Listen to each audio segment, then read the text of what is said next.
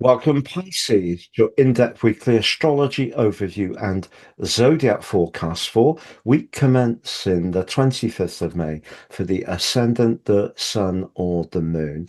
Going to share the big themes of the week ahead, first of all, then on screen, your event chart as you come into the week. Always an important backdrop. I'll then go through each of the influences in detail. By the end of the video, you'll have a clearer understanding of the upcoming vibes around your energy, work, relationships, or finances. I'm astrologer Patrick Arundel. A very warm welcome. If you've yet to subscribe to my channel, please do so now to help it to continue to thrive. But please also click or tap the bell notification symbol. There's a lot of very important energy this week. It begins with the sun clashing with the north node in your sign. It ends with a full blue moon in Sagittarius as the week draws to a close, but also because Pluto, deep in the most psychological part of your chart, could be the big revealer in a positive way or a challenging way. So on the screen now, Pisces, is your event chart. As ever, we need to look at the two luminaries, the sun in your fourth house, but in the airy sign of Gemini, which is about bubbly communication. But the fourth house is about our need for privacy, peace, security. It's that family vibe. The moon, however, just in the sector of relating, but early by Monday morning, it is coming into an opposition with Neptune. And that suggests that for us all, to be honest, as it then goes on to face off with Saturn, first couple of days of this week could be a little bit draining, and not least because of the sun's T-square with the north node and the south node. The north node, since January 2025 in your zodiac sign, has been encouraging you to really trust that inner voice. You do have a very acute perception, but sometimes all of us doubt it.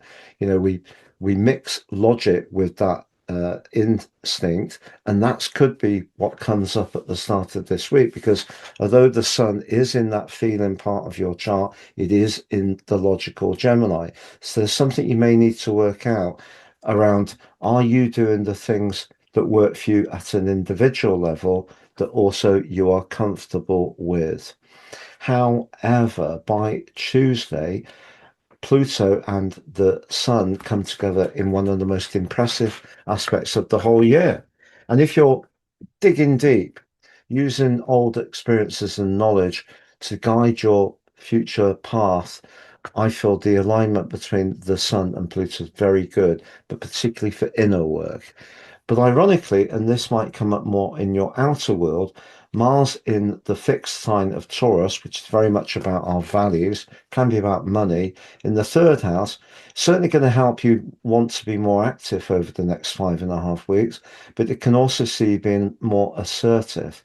But its clash with Pluto on Tuesday is really quite tough. It only happens every 2 years. Something could just come up from the depths and you could find yourself really, really feisty.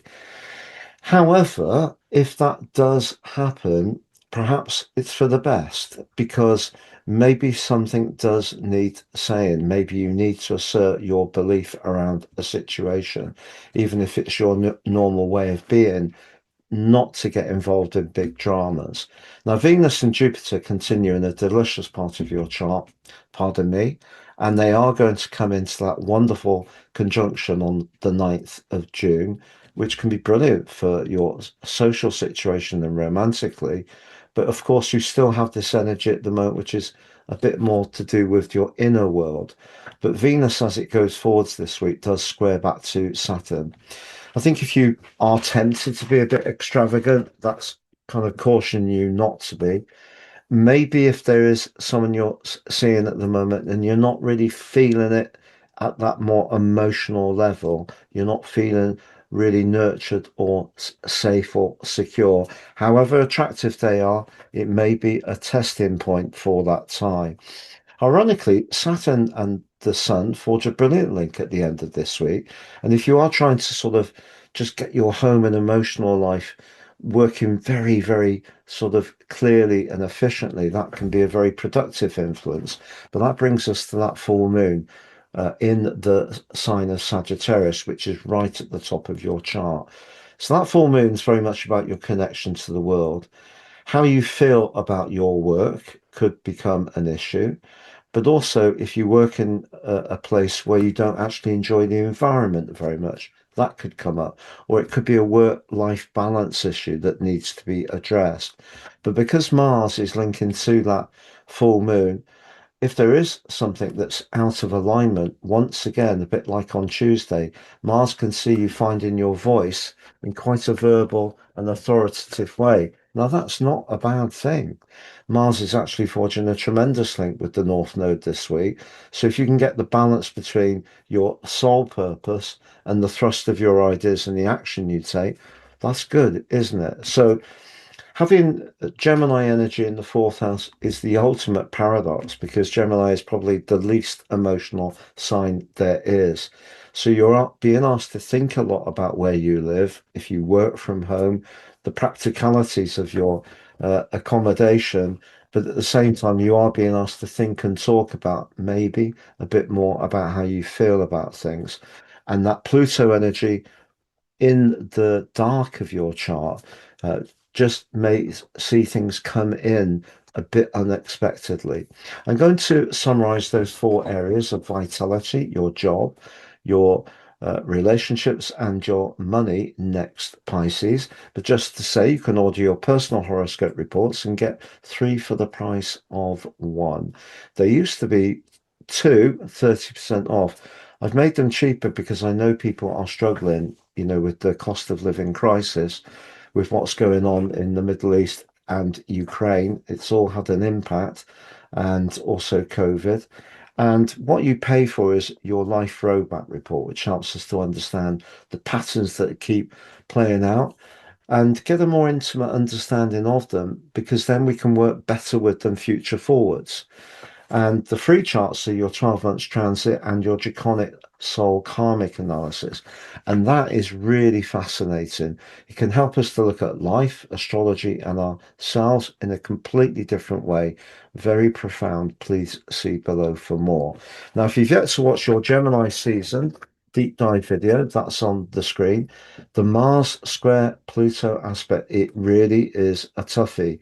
I've done a video for that. Please check that out. If you'd like to work with me one-to-one, be an absolute pleasure. Please see my testimonials below of what other people have said. I work with people the world over.